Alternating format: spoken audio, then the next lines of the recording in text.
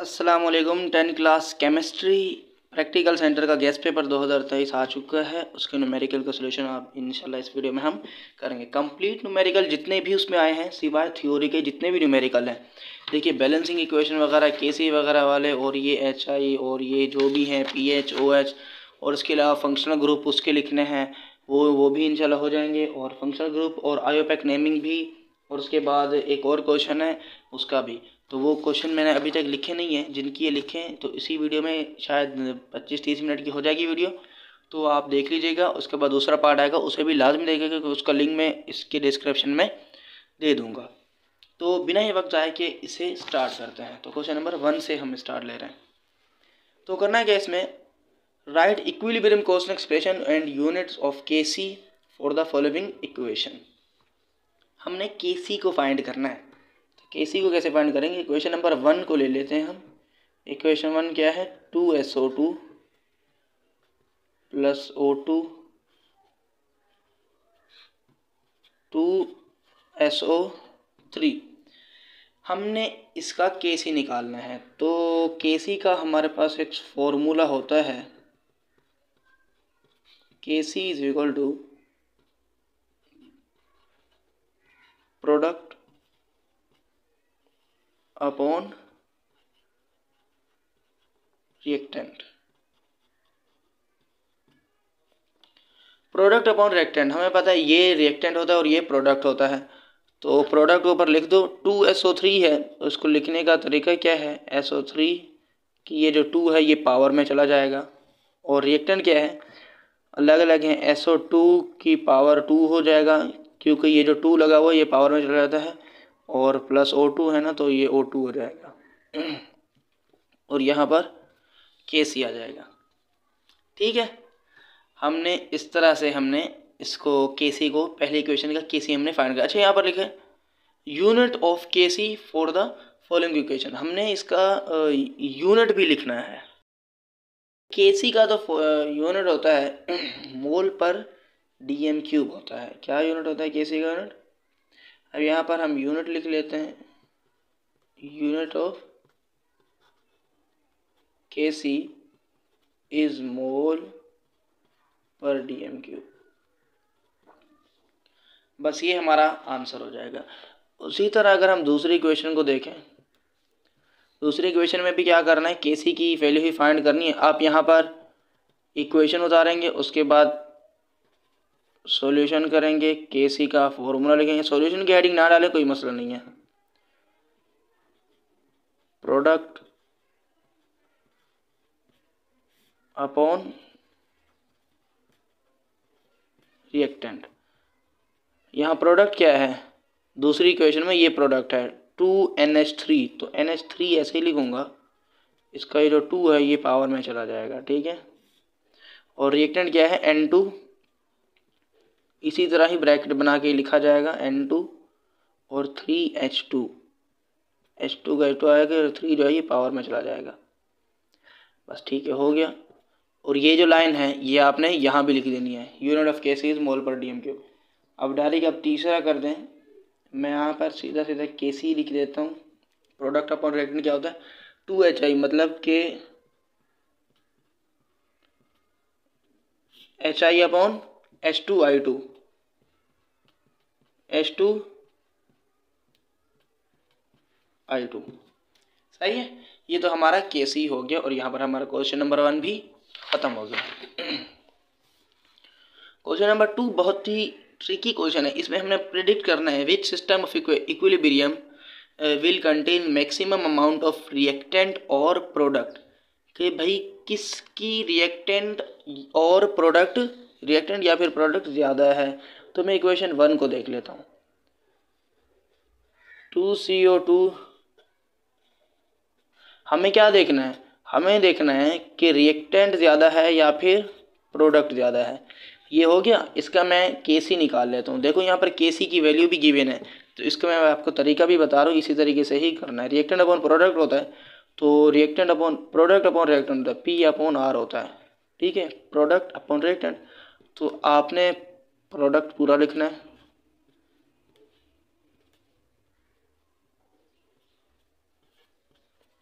ये डॉट नहीं आता, ठीक है, मैंने डॉट गलती से लग गया। यहाँ तक क्लियर है? हाँ भाई बिल्कुल क्लियर है।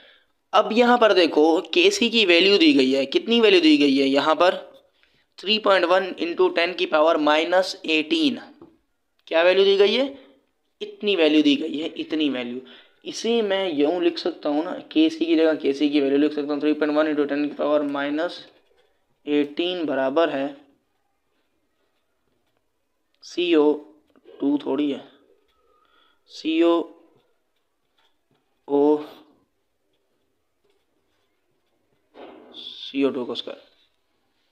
चले भाई, फाइनली मुझे पता ये करना है कि जो रिएक्शन है वो रिएक्टेंट का ज़्यादा है या फिर इक्विलिब्रियम है, जो रिएक्टेंट ज़्यादा है या फिर प्रोडक्ट ज़्यादा है। क्या मुझे पता करना है कि ये जो वैल्यू है ये इसकी वैल्यू ज़्यादा है या फिर इसकी वैल्यू ज़्यादा है, लेफ्ट हैंड साइड ज़्यादा है या फिर राइट हैंड साइड ज़्यादा है। ठीक है, मुझे ये बस पता करना है, ये प्रिडिक्ट करना है। प्रिडिक्ट मतलब अंदाज़ा लगाना है। कैसे अंदाज़ा लगाऊंगा? केसी की वैल्यू से ही अंदाज़ा लगाऊंगा। चलिए अभी मैं आपको एक चीज़ बताता हूँ। यहाँ तक ये चीज़ समझ आ गई तो हम अपना एक एक्स्ट्रा काम करते हैं। मैं कोई भी चीज़ फाइंड करना चाहता हूँ कुछ इस तरह से, x की वैल्यू फाइंड करना चाहता हूँ। मैंने कर दिया 5/9 कर दिया, ठीक है। अब मैं एक दफ़ा फिर x की वैल्यू फाइंड करना चाहता हूँ, अब मैंने कर दिया 5/2 कर दिया, ठीक है भाई। अब मैं इसको सॉल्व करो, 5/9 कितना होता है कैलकुलेटर पे कर लेते हैं। 5/9 होता है 0.555। कितना होता है? 0.555। और 5/2 होता है 2.5, ठीक है। 5/2 होता है 2/5। मुझे बताइए ये बड़ा है या फिर ये बड़ा है? ऑब्वियसली 2.5 बड़ा है। तो यहाँ मैं आपको एक चीज़ बताना चाह रहा हूँ। क्या चीज़ बताना चाह रहा हूँ अभी थोड़ी देर में आपको पता चल जाएगा। ये होता है हमारा डिनोमिनेटर और ये होता है न्यूमरेटर होता है। मतलब ये जो ऊपर वैल्यू लिखी हुई है इससे हमें कोई लेना देना नहीं है। वैल्यू किससे लेना देना है? नीचे वाली वैल्यू से। ये जो डिनोमिनेटर होता है, यहाँ 9 है यहाँ 5 है, नीचे वाली वैल्यू जितनी ज़्यादा होगी x की वैल्यू उतनी कम आएगी। नीचे वाली वैल्यू जितनी कम होगी x की वैल्यू उतनी ज़्यादा आएगी। क्या समझ आए? उल्टा रिश्ता है, नीचे ज़्यादा ये कम, नीचे कम ये ज़्यादा। आप खुद देख सकते हो, यहाँ 9 था 0.5 आया, जब 2 रखा है तो 2.5 आया। सही है। तो वही हिसाब किताब इसके साथ है। अब मुझे बताओ हमें यहाँ पर कंपेयर किससे करना है? 1 से कंपेयर करना है। मुझे बताओ ये 3.18 10 की पावर -18 1 है? अरे नहीं है 1। तो क्या 1 से ज़्यादा है? 1 से ज़्यादा भी नहीं है, -18 है। -18 बहुत कम होता है, इसका मतलब 3 से पहले 18 ज़ीरो, कुछ इस तरह 0.1 2 3 4 5 6 7 8 9 9 हुआ है या नहीं हुआ? चलो छोड़ो, 10 11 12 13 14 15 16 ज़ीरो 3 और 1 कितना आ गया? अच्छा शायद मैंने 15 ज़ीरो लगा दिए थे। कितना आ गया? देखो मैंने 0.0000000000000131 लिखा था तो आंसर ये आ गया। इसका मतलब ये जो पावर माइनस आ रही है ना, तो मतलब पावर माइनस आ रही है तो इसका मतलब ये 1 से बहुत कम है। देखो ना कितना कम है, 0.0000000031 1 से कम है ना। हाँ भाई बिल्कुल 1 से कम है। जब केसी की वैल्यू 1 से कम हो, यहाँ मैं लिख देता हूँ केसी लेस देन 1, देन ये जो नीचे वाला होता है ना ये वैल्यू बड़ा होता है। देन रिएक्टेंट, नीचे रिएक्टेंट होता है ना, नीचे रिएक्टेंट होता है। Then reactant has maximum amount of reactant. Then maximum reactant has maximum amount। बात समझ आई? ये होता है कम का निशान, लेस देन का निशान होता है कम। जब 1 से कम हो ये देखो ना, ये 1 से कम है और 1 से बहुत ज़्यादा कम है। ठीक है। इसी तरह सही हो, अगर 1 के करीब जैसे कि 0.001 हो तो फिर क्या होता है, दोनों का बराबर होता है। ठीक है। अगर यहाँ पर ये 3.1 इंटू 10⁻⁻8 नहीं होता, यहाँ पर होता 0.0001। अगर ये भी होता ना तब भी ये दोनों बराबर होते हैं। हम लिख देते हैं हाँ भाई जितना जितना ये है उतना ही ये है, दोनों की इनमें से कोई बड़ा या छोटा नहीं है। लेकिन अब क्या है, ये तो बहुत छोटा है, तो बड़ा कौन होगा, CO2 की वैल्यू बड़ी होगी। तो भाई यहाँ ये तो आपके लिए था, एक्स्ट्रा था, ये न्यूमेरिकल का हिस्सा नहीं है। अब इसके बाद आपने क्या लिखना है, इसके बाद आपने करना कुछ ही है, हमने क्या करना था, सिस्टम ऑफ इक्विलिब्रियम। अच्छा, तो हमने यहाँ करना है कि ये जो 2CO2 यानी कि हाँ ये है, ये वाली वैल्यू है 2CO2, ये ज़्यादा है। तो यहाँ पर लिख देंगे 2CO2। अच्छा 2 नहीं लिखेंगे, सिर्फ CO2 लिखेंगे। CO2 has maximum amount in reaction, ये रिएक्शन की शॉर्ट फॉर्म में RXN। बस ये लिख देंगे और हमारा काम ख़त्म हो गया। अब दूसरी इक्वेशन का मैं केसी निकाल लेता हूँ। दूसरी इक्वेशन का डायरेक्ट केसी लिखता हूँ। ये ऊपर आएगा और ये नीचे आएगा। ऊपर कौन आएगा, O2 की पावर 3 हो जाती है, ये तो आपको पता ही अब चल गया होगा। और O3 की पावर 2 हो जाएगी। मगर केसी की वैल्यू मुझे गिवन है, ये है 5.9 इंटू 10 की पावर 55 O2 अपॉन O3। यहाँ देखो पावर प्लस में है, 10 की पावर 55 है, इसका मतलब प्लस में होती है ना तो आगे जीरो लगा देते हैं, माइनस में होती है तो पीछे जीरो लगा देते हैं। जैसे कि मैंने अभी यहाँ पर लगा के दिखाए थे, 0.000 नंबर से पीछे जीरो लगा दिए थे। यहाँ पर जैसे ना 3.1 था तो 3.1 से मैंने पहले जीरो लगा दिए थे क्योंकि पावर माइनस में थी। अगर पावर प्लस में हो तो 5.9 के बाद जीरो लगा देते हैं। तो कुल मिला के बात ये हुई, अगर पावर हो माइनस में तो वो वैल्यू बहुत ही छोटी होती है, जैसे कि -18, -20, -30, ये बहुत छोटी होती है। अगर पावर प्लस में हो तो वो वैल्यू बहुत बड़ी होगी। किससे बड़ी होगी, 1 से बड़ी होगी, और ये वैल्यू माइनस में 1 से बहुत छोटी है। उसी तरह जैसे कि ये लाइन मैंने लिखी है, इस केसी इज लेस देन 1। अब इसमें क्या है, केसी क्या है, ग्रेटर देन 1 है, तो यहाँ पर लिखो K C greater than 1, then reactant has. अब यहाँ पर रिएक्टेंट था ना, अरे पूरा ही लिख देता हूँ, देन प्रोडक्ट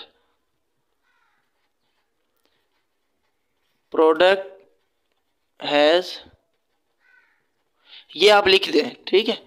ये पेपर में आया ना, पेपर में आप इस तरह लिख दें, कोई मसला नहीं है। देन प्रोडक्ट हैज मैक्सिमम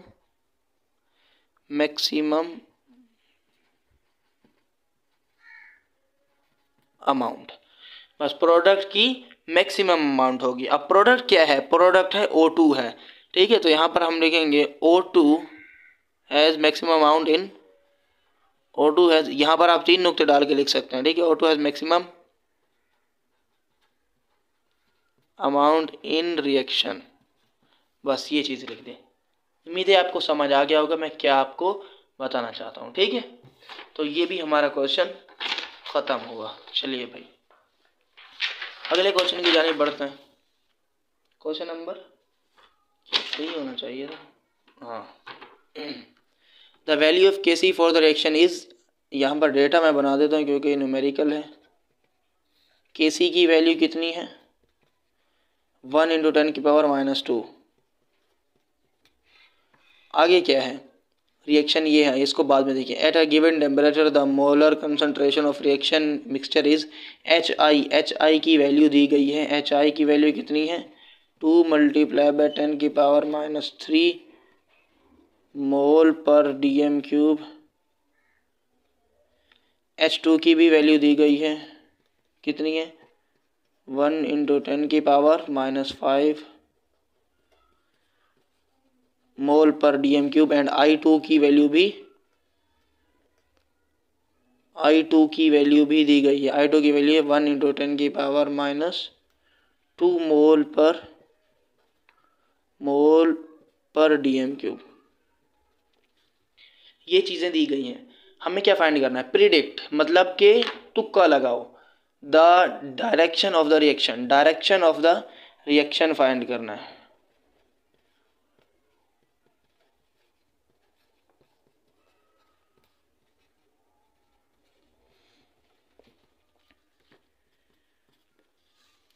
हमने direction of the reaction find करना है, ठीक है।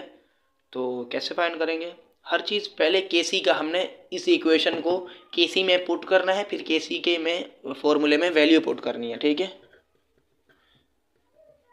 पहले तो केसी का फॉर्मूला लिख दो, प्रोडक्ट अपॉन रिएक्टेंट, ठीक है। रिएक्टेंट ऐसे ही होता है ना, ऐसे ही होता है। चलिए भाई, प्रोडक्ट हमारे पास क्या है फॉर्मूले में, 2HI, इसका मतलब कि HI की पावर 2HI हो गया। आगे क्या है, रिएक्टेंट क्या है, H2 और I2, H2 I2 हो गया। यहाँ केसी चल रहा है। अब हमारे पास केसी की वैल्यू है, बिल्कुल है, ये है। HI की भी वैल्यू है, H2 की वैल्यू है, I2 की भी वैल्यू है। सारी वैल्यू यहाँ पर पुट कर देंगे। केसी की वैल्यू कितनी है, 1 × 10 की पावर -2, 10 की पावर -2 है।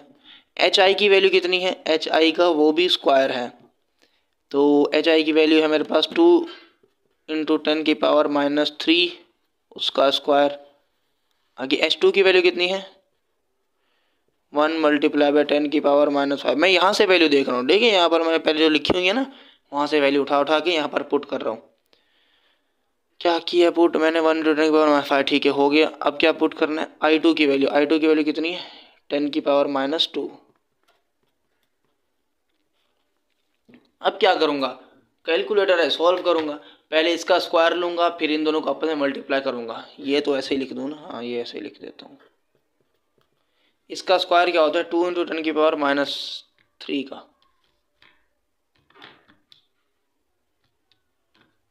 -10 की पावर -3,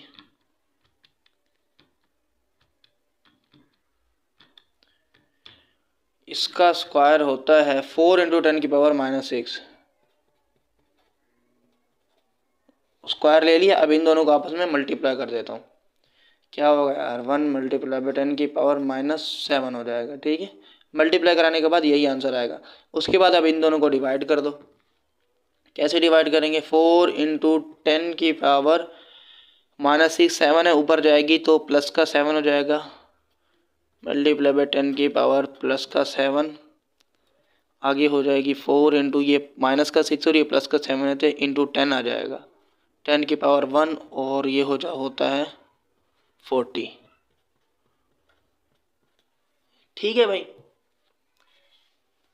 ये हमारा है केसी और ये है पूरा रिएक्शन। तो बताइए इन दोनों में से बड़ा कौन है, हमें यही पता करना था, डायरेक्शन पता करनी थी, डायरेक्शन इसकी कौन सी है। हमारी ये जो प्रोडक्ट अपॉन रिएक्टेंट की वैल्यू है ना, ये केसी की वैल्यू से ज़्यादा आई है। केसी यहाँ पर ये लेस है, और ये हम इसको यूँ लिख सकते हैं, 1 × 10 की पावर -2 लेस देन 40। क्या है, इस निशान का मतलब है जिस तीर जिस तरफ बंद है वो वैल्यू छोटी है, जिस तरफ तीर खुला हुआ है वो वैल्यू बड़ी है। तो हम यहाँ पर लिखेंगे रिएक्शन, ये RXN रिएक्शन की शॉर्ट फॉर्म, लेकिन आपने पूरा रिएक्शन लिखना। रिएक्शन इज कौन सा है, यहाँ पर प्रोडक्ट, इसका मतलब बड़ा होगा। और इस तरह से अगर वैल्यू आए तो हमारी वो होती है फॉरवर्ड रिएक्शन, ठीक है।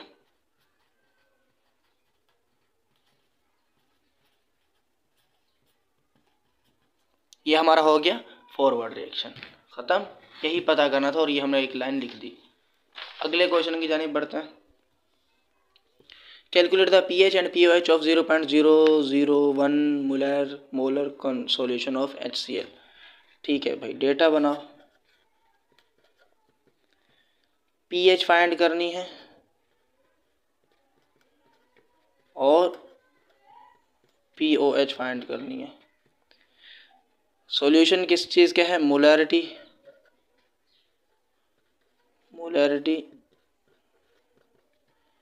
0.001 m है, ठीक है। बस इतनी चीज़ हमें दी गई है। तो सबसे पहले pH फाइंड कर लेते हैं, ठीक है। तो हमारा ये जो pH होता है, इस अगर pH दी गई हो तो फिर तो और बहुत आसानी हो जाएगी, लेकिन pH नहीं दी गई है तो pH पहले फाइंड कर लेते हैं, फिर POH फाइंड बहुत आसानी से कर लेंगे। वो जो 14 वाला वो है, क्या है फॉर्मूला। तो pH का एक फॉर्मूला होता है, अच्छा pH ऐसे लिखते हैं, P की ऊपर पावर बना के ऐसे लिखते हैं, ठीक है। इसका फॉर्मूला है माइनस लॉग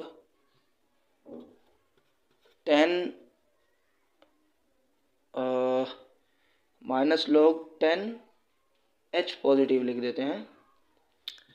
इसकी मोलैरिटी को मल्टीप्लाई कर दें, हाँ ठीक, मल्टीप्लाई बाय M, सही, यूँ ही कर देते हैं, ठीक है। ये इसका फॉर्मूला बन जाता है। वैसे इसका करते हैं तो यहाँ पर H पॉजिटिव है, H पॉजिटिव है, ये आप ना लिखें, H पॉजिटिव ही लिख दें तो अच्छा रहेगा, ठीक है। और अब अगले स्टेप में H पॉजिटिव की जगह ये मोलैरिटी की वैल्यू लिख दें 0.001, सही है। यहाँ पर आगे क्या होगा, pH की वैल्यू आ जाएगी, माइनस लॉग को इससे मल्टीप्लाई करें तो आंसर आ जाएगा। कैसे करेंगे, 10 को यूँ कर लेते हैं, माइनस लॉग को रहने दें, 10 को 0.001 से मल्टीप्लाई करें तो आंसर आएगा 0.01। अब हमारा pH डायरेक्ट आ जाएगा, माइनस लॉग 0.01 अब करें, एक मिनट, माइनस लॉग 0.01 क्या आया, 2 आया। तो pH कितना आ गया हमारे पास, pH 2 आ गया pH मेरे पास 2 आ गया।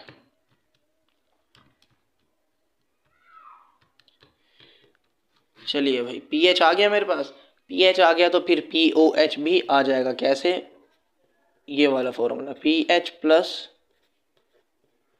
POH इज इक्वल टू 14 होता है, pH 2 है, POH आ जाएगा। कैसे आएगा, मुझे pH चाहिए ना, pH यहीं रखूँगा, ये जो 2 है वो 14 में से उस तरफ जाके माइनस हो जाएगा।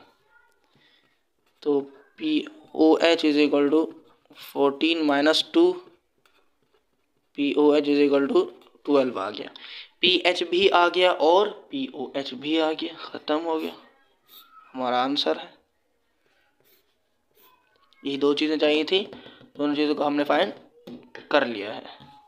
आगे देखो, the pH of a solution is 2.5, calculate the concentration of H positive and OH negative. हमने H पॉजिटिव आयन फाइंड करना है और OH नेगेटिव आयन फाइंड करना है। चलिए भाई इसका सॉल्यूशन करते हैं।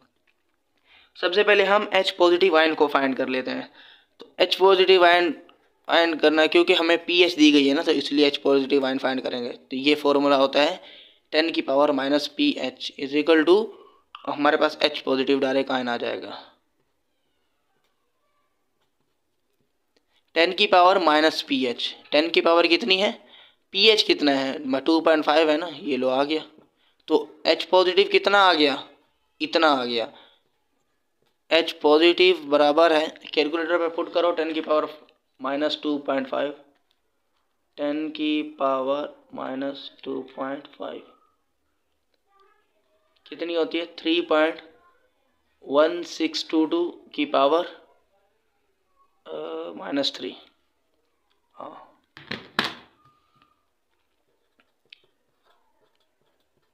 इंटू 10 की पावर माइनस 3, सही है। ये हमारे पास H कंसंट्रेशन आ गई। अब OH कंसंट्रेशन फाइंड करनी है, ये फॉर्मूला है, तो उसका भी एक फॉर्मूला है, 10 की power minus POH is equal to OH negative ion या फिर OH कंसंट्रेशन।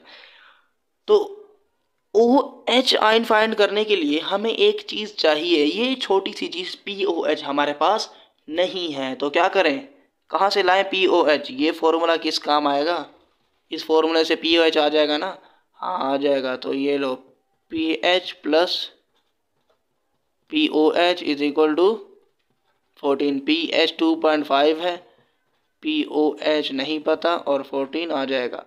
यहाँ पर POH is equal to 14 minus 2.5 और यहाँ पर मेरे पास POH बराबर है, कितना आ जाएगा, 11 11.5। POH आ गया, बिल्कुल आ गया। अब 11.5 को मैं अगर यहाँ पर पुट करूँ तो OH आ जाएगा? क्यों नहीं आएगा यार, आ जाएगा। कैसे नहीं आएगा? 10⁻11.5 is equal to OH negative ion, और OH नेगेटिव होता है 10⁻11 कितना होता है, बहुत छोटा होगा यार, 11.5 3.1622 इंटू 10⁻12। ये कितना था, -3 था ना, ये -12। 3.1622 इंटू 10⁻12।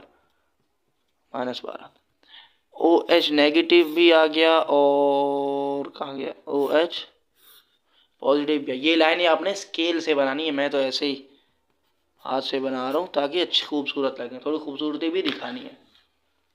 ये हमारा हो गया। अभी हमारे पास रहते हैं IUPAC नेमिंग, और एक और था फंक्शनल ग्रुप को आइडेंटिफाई करना ना। हमारे पास 4-5 क्वेश्चन दिए गए थे, वो फंक्शनल ग्रुप उसमें ढूंढना था कौन सा फंक्शनल ग्रुप है। कंपाउंड दिए गए थे, और होमोलोगस सीरीज के कुछ दिए गए थे, उसमें हमने IUPAC नेमिंग करनी थी, उनका नाम देना था। उसके अलावा एक और क्वेश्चन था जिसमें कंपाउंड लिखने थे होमोलोगस सीरीज के। ये 3 क्वेश्चन है। इसकी 20-25 मिनट की वीडियो बन जाएगी, तो इंशाल्लाह वो अगली वीडियो में आपको मैं बता दूंगा इसमें सब कुछ क्या होगा, किस तरह से क्वेश्चन होंगे। तो अभी तक के लिए हमारी यही वीडियो थी। इन सवालों को आपने जहन नशीन करना है, आपने पक्का करना है। तो इंशाल्लाह बहुत जल्द मुलाकात होगी अगली वीडियो के साथ। तब तक अगर कोई क्वेश्चन हो तो ज़रूर पूछिएगा। अपना बहुत ख्याल रखिएगा। अल्लाह हाफिज़।